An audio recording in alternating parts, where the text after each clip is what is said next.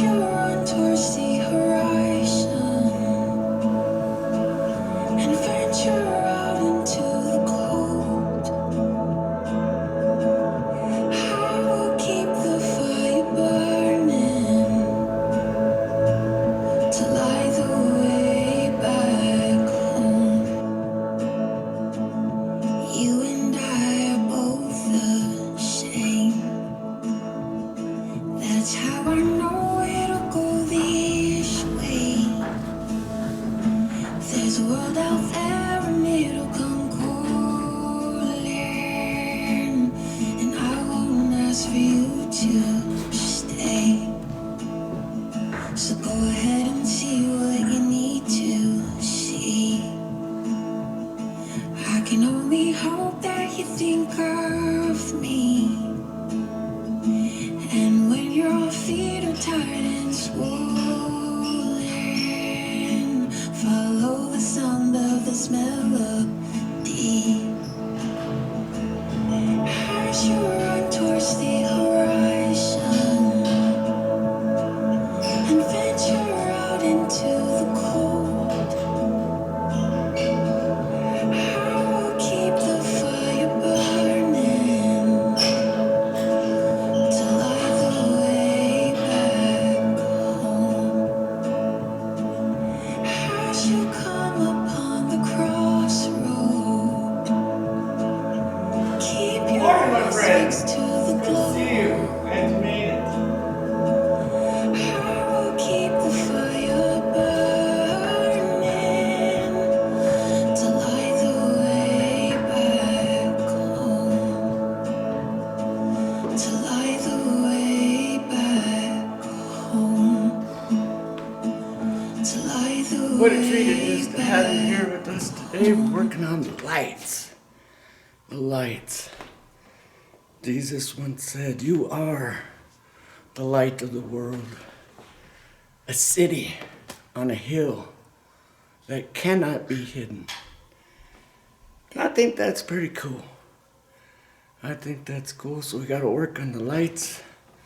Had a couple lights burn out. That one was working, but we're going to go ahead and fix and replace it as well. Wash out the globes. Just found out one of the globes. In fact, that one right there, that is broken. Got a big old hole in it. It's busted, so that kind of sucks. You know, I would never think about all the work that goes into a church and the maintenance behind it. And there's a lot of work, a lot of maintenance.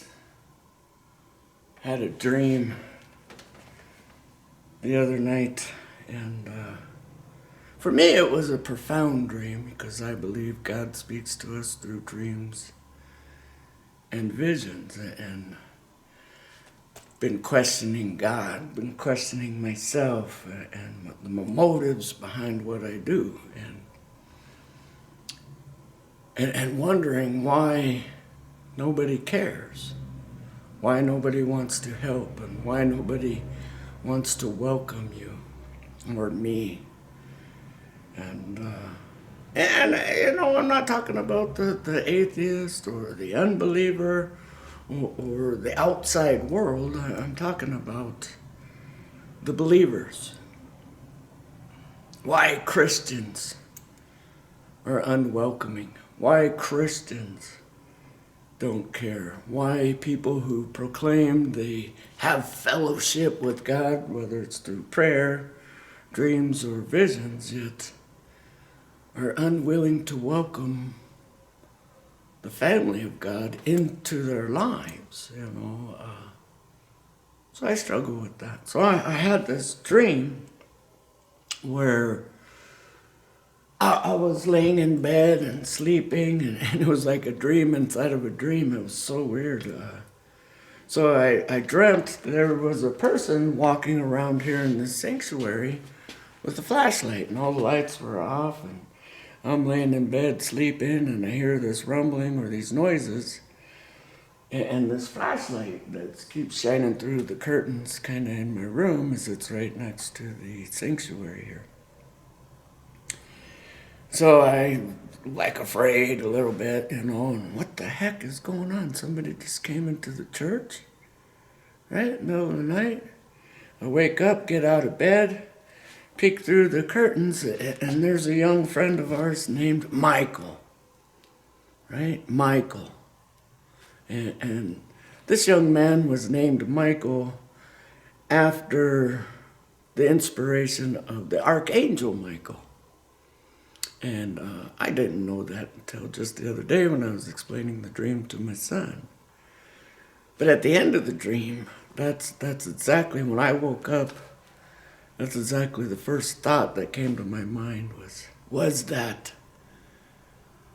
Michael, the Archangel. So here's Michael walking around with his flashlight, looking around. Michael, what the heck are you doing here? What is going on? Why don't you knock on the door and just coming in, sneaking around with a flashlight? What are you looking for? He says, well, I got this record. And, my son, his name is Harley. And Harley took this record of mine, and I came and I need that record, right? And like an old vinyl record. All right, come on, let's go find it. So it's like middle of the night. And I said, well, it's probably downstairs where Harley's stuff is. So we go downstairs, and there was this man there who was kind of like his father, but in real life it wasn't his father, a totally different looking guy. And he was well dressed and all clean. And yeah, we really need to get that record from you. So we're down, and we still have boxes that haven't been unpacked from the move. And so we're down there, downstairs, going through all these boxes, and let's go, we'll find it, right? And I'm emptying all these boxes, and then finally found that record. Here it is. Is this the record you're looking for? Yeah, that's it. So thankful he got that record. And by the way, Harley had some of my swords, which in real life, no swords, but all right, let's go. Let's start looking through the swords. And so now all of a sudden my dad comes downstairs, and my son Harley's down there. And then there's the man and Michael.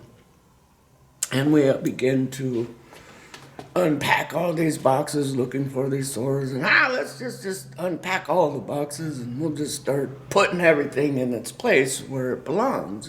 That's why I continue to wait, right? It's been 3-4 months and still got all these unpacked boxes. And so we start putting everything away, and pretty soon the whole downstairs is cleaned and organized. And yeah, we did find Michael's swords and his record and everything. And in that, we as we were unpacking all these boxes, there was a door there that was hidden from all the stacked boxes. And go in and open the door, and yeah. And then all of a sudden my mother's there. Yeah, I remember the door now. I remember this room. And man, I've been so focused on working on the sanctuary, I forgot all about that room. And here I'm living in the sanctuary, sleeping, and got my room all set up. That's I'm gonna make this my room.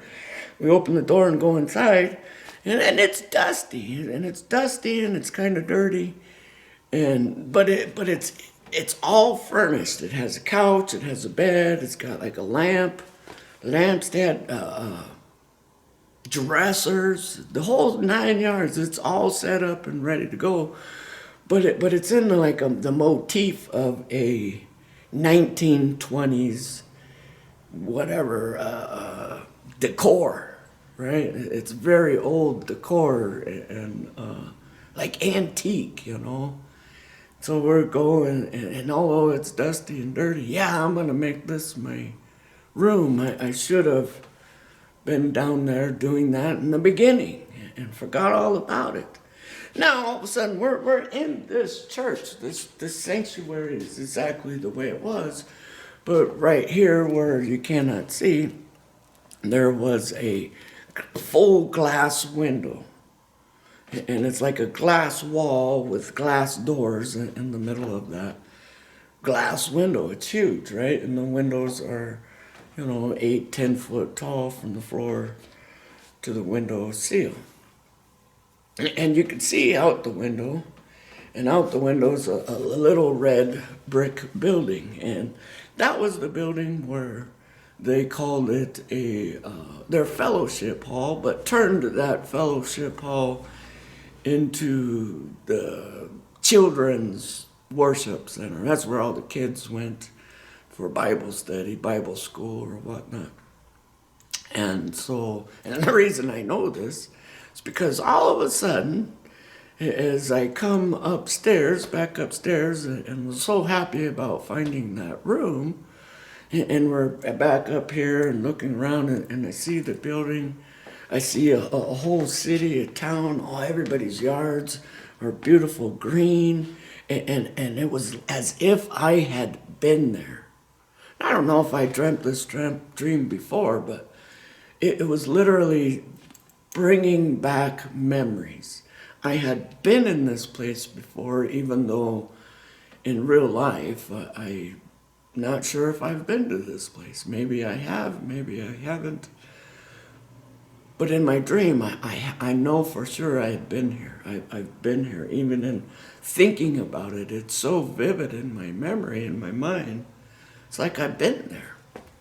So all these old ladies start showing up, and families, and women, and their children, and men with their entire family. Like groups after groups of people start coming.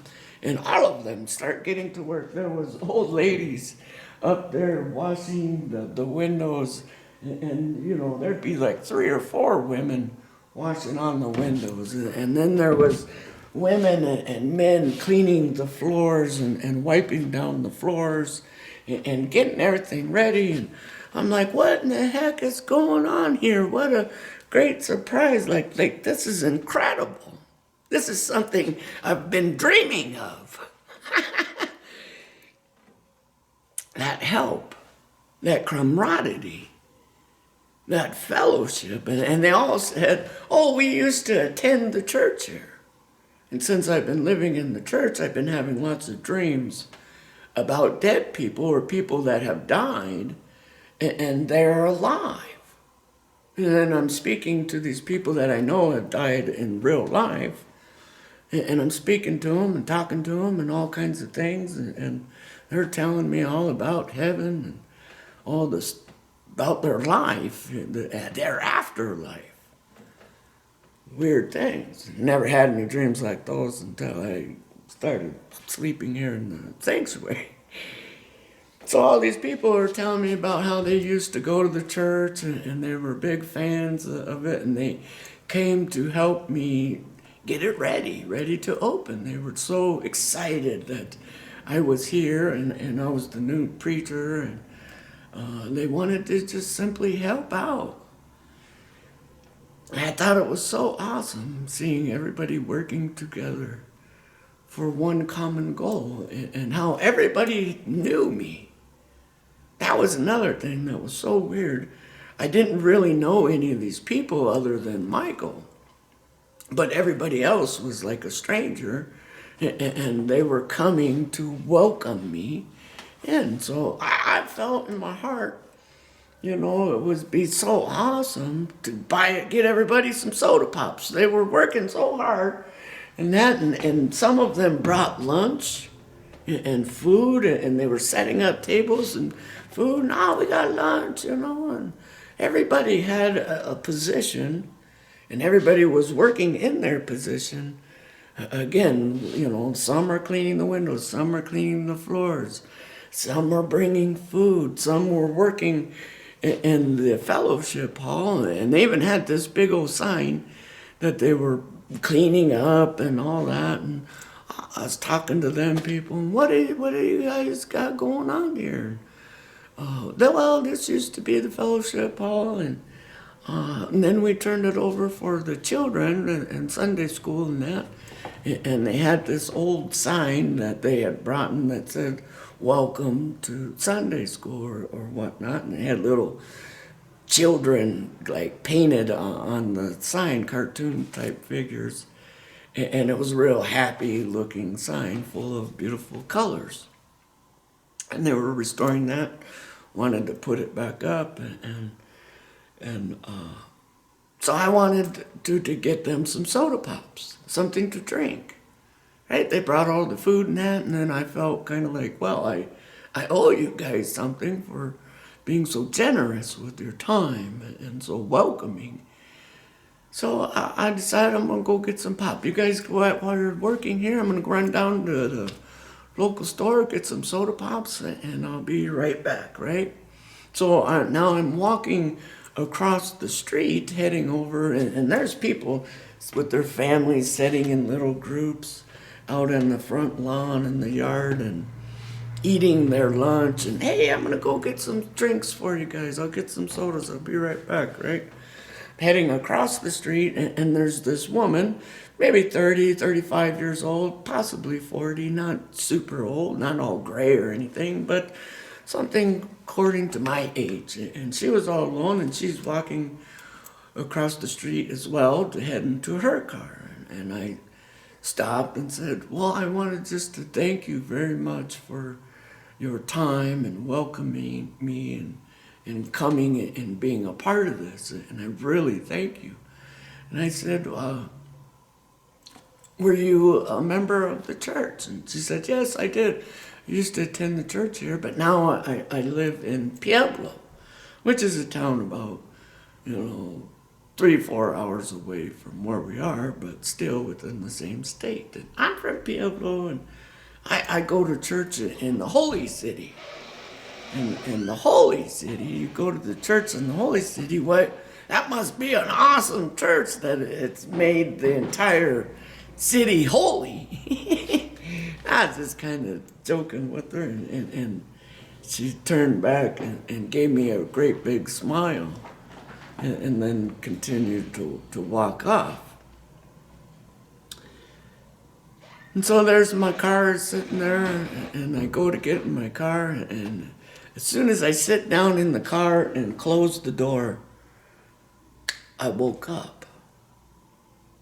I remember saying in that dream, as I was walking across the street, and then just before I began that conversation with that woman, I remember saying this. I think it's important. I said this: Father, Heavenly Father, I'm so thankful. This is the miracle I've been looking for. This is the sign I've been looking for. God, are you with me? Are you for me? Are you the one directing my steps? Did you bring me to this place, or is this something I just chose to do? And I thank you, Father, because this is the sign I've been looking for. I now know it's from you. And then I had this great confidence to be able to continue in my walk, to continue to try and get this place ready to open. As soon as I sat in that car and closed the door, I woke up, sat up in my bed and looked around, and it was so real. It was so vivid. I said to myself, I can't believe that was a dream. I can't believe it was a dream. I can't believe I just woke up. And I was saddened in my heart. I almost wanted to start crying because the reality of this world we live in is day and night compared to the reality I was living in that dream. In that dream, I saw God's kingdom functioning and working together without blemish.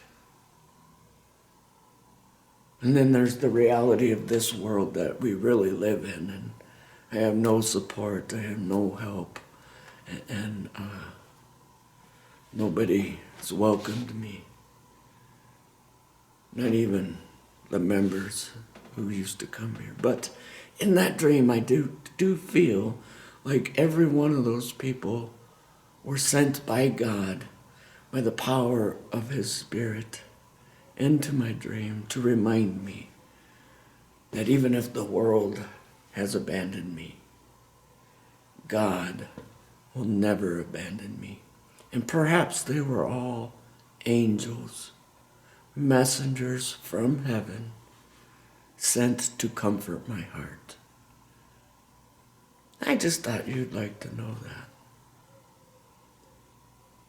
Even if the world abandons you, it doesn't mean God has abandoned you.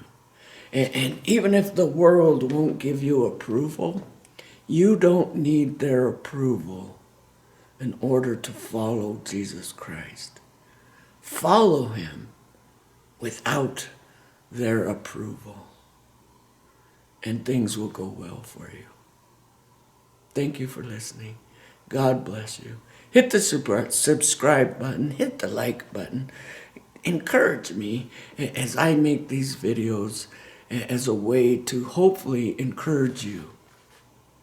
Now, let's get back to work on these dirty old fans that haven't been cleaned in years. And let's get this light shining bright, because we are the light of the world.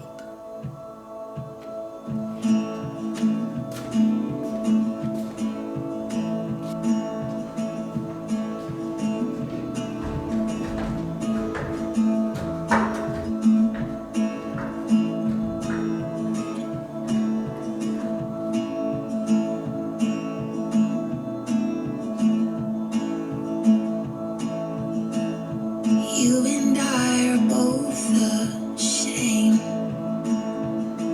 That's how I know that you won't stay. There's a world out there and it'll come calling out your name. I'll be back. I'm gonna take off. You got entitlements, you need to come complete. You wanna go or no?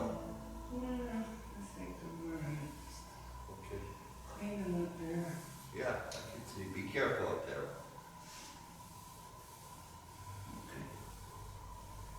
Good thing we didn't get short ladders, huh?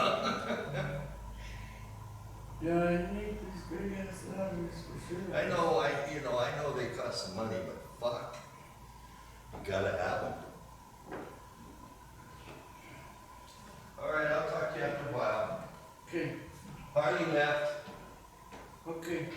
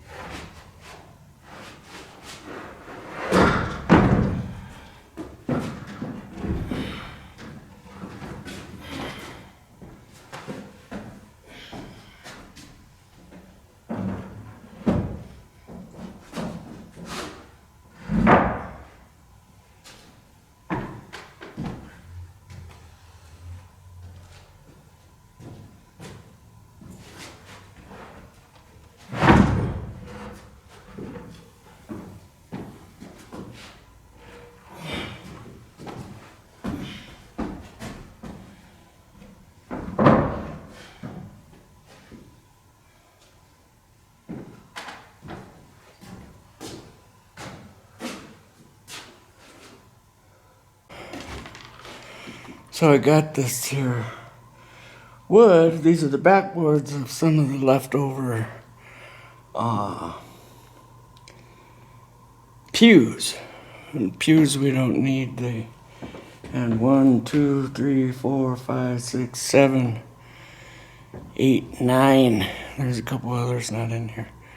9 pews too many. Right now we got 1, 2, 3, 4, 5, 6, 12 pews set up. If we filled every one of those pews with people and had more people than that, we could just, standing room only. We'd set up some chairs because most of the churches I've been to only have 10, 15, a large church, maybe 40 people attending the services. But here I got these leftovers and real good wood. And with the price of lumber, I just couldn't see throwing them away. I was thinking about cutting off this here top rail and then reusing it. Using the whole board eventually. I might even use these boards for the new stage we're going to be putting in and using them as the support beams, the beams underneath. But if I cut that top rail off and then put it down here, see, there's a big gap all the way down along the floor there. And I put that rail as a finish board along there. I think I got enough, because that's about 8 foot there. I don't know, I got under 3 foot there, a little board there, and maybe a little piece for here, and some for down there. You can really see how that gap, I don't know what's going on, but floor's kind of sinking or something, or maybe it's always been like that. I don't know. Then I got a few feet, that long stretch there, and I got some over here. And again, you can see there's just a place where spiders and bugs and all kinds of nasty stuff to come up and around. But we'll see, put that trim there. It'd make for a real nice trim. And it goes right down to there. I think I got enough, maybe. It'd be a real shame if I didn't have enough, because, it'd be solid, real wood, nice finish for that flooring. And so I was thinking about using that for that. Somehow using that lumber. You can't buy lumber like that anymore. I mean, that would cost you, just for that 15-inch board, 10 foot long, gonna run you, probably $150 and that quality. It's veneered. It's a piece of plywood. Looks like a 1/2 inch, 3/4 inch piece of plywood with, some veneer on each side. Very good stuff. But that top rail, cutting that rail off and putting that in there would be cool. I'm gonna wash these windows. I had to make space so I could get my ladder in here. I'll wipe these windows down. It's a real shame because we Googled it, checked it out. This window right here has been here, and we've seen it in the archives of the town history, as this is like, if not the oldest building standing in our town, it's one of the oldest buildings still standing in our town. One of the first buildings built. Them windows, those stained glass windows, have been here since 1907. And when we Googled it, that that window alone was over $80,000. And it's a shame because, let me show you the nasties, right? Like right there. You know, you got an $80,000 window. And what would it cost to put some plastic in there? Tape that off, a little plastic, you know, when you're doing a job of professionalism. And it's kind of disgusting. Look at it up there. See all the drips from when they stained that wood the last time they stained it. And, you know, you can see it real good up there. $80,000 window. And that's the kind of professionalism these people put into it. Real shame. Real cool little fact, we went down to the local cemetery, and these people, 1840, they were born in 1840, which means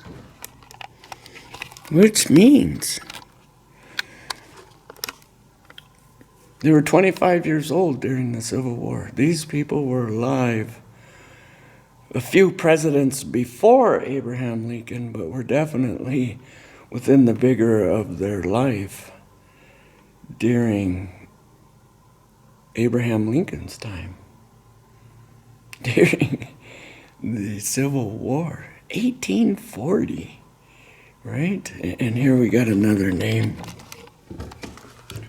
And again, we scoped these out in the local cemetery. And 1840, can you believe that? These people were 25 years old during the Civil War. So they were probably either actively in the war, either on the Union side or the side of the Confederates, or they were out here in Colorado hiding from the war. Either way, they, oh my God, right? How cool is that? But these windows are extremely old, and to replace them, those windows as is, $80,000. To replace them would probably cost $150,000 more just for that one window alone. And so we're going to put forth a little bit of time and effort into cleaning them up. I don't know, I can't really get that stains off the windows. We've tried on other windows and don't come off. But man, what a shame of the laziness. What would it have costed to tape that off and put a little plastic or some paper over those windows when you were staying in it? What would it have taken? Right? Probably not much. A little bit of time, a little bit of effort. And anyway, let's get to work. Let's do it.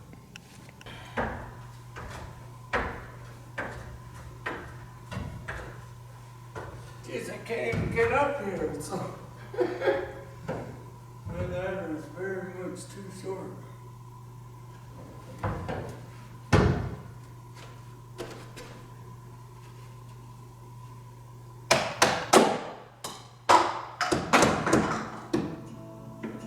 You got untied ends you need to complete.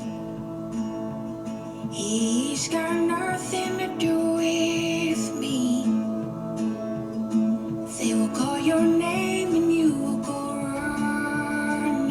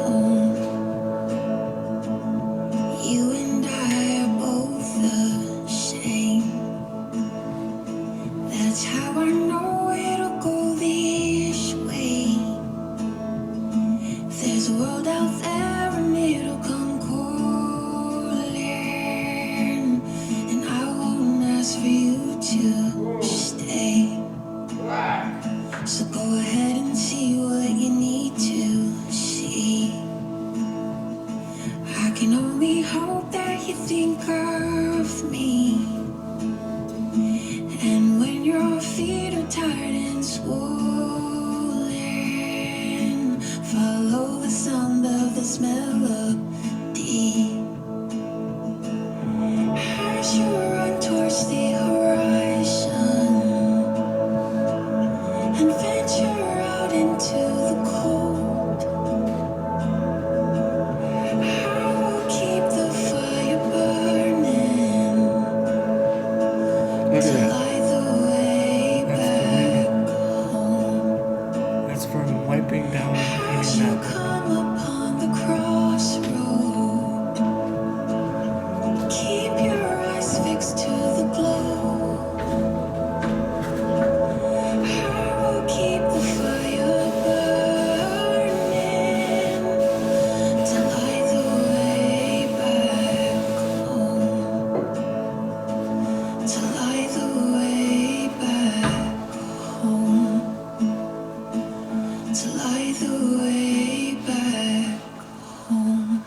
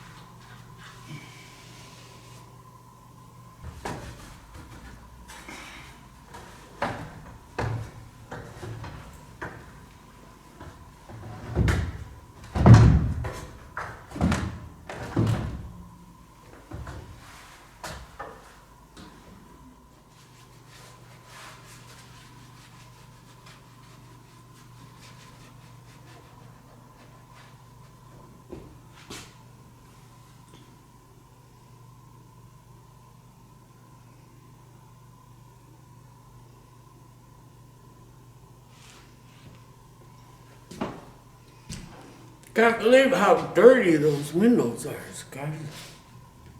Dirty. Can only imagine cleaning the outside of them. We have like a plastic storm, I don't know what you want to call it, storm windows on the outside, protecting them. And you'd have to take off the plastic window in order to get to these windows to wipe them down, which perhaps someday, but I need a boom truck, some kind of a boom to get up into those windows because of the stuff outside, the way it is. Yeah, on the outside, it's pretty rotten from weathering. It needs fixed. A few of the boards need replaced. It needs painted.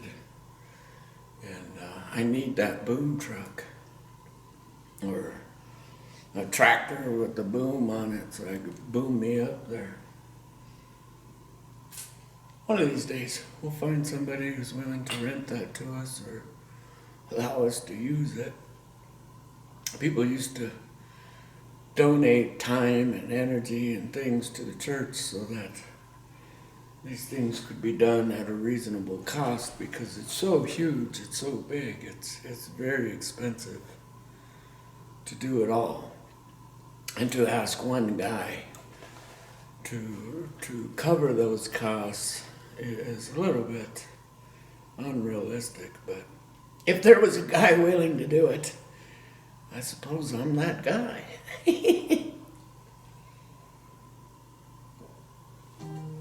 Break time's over. Back to work.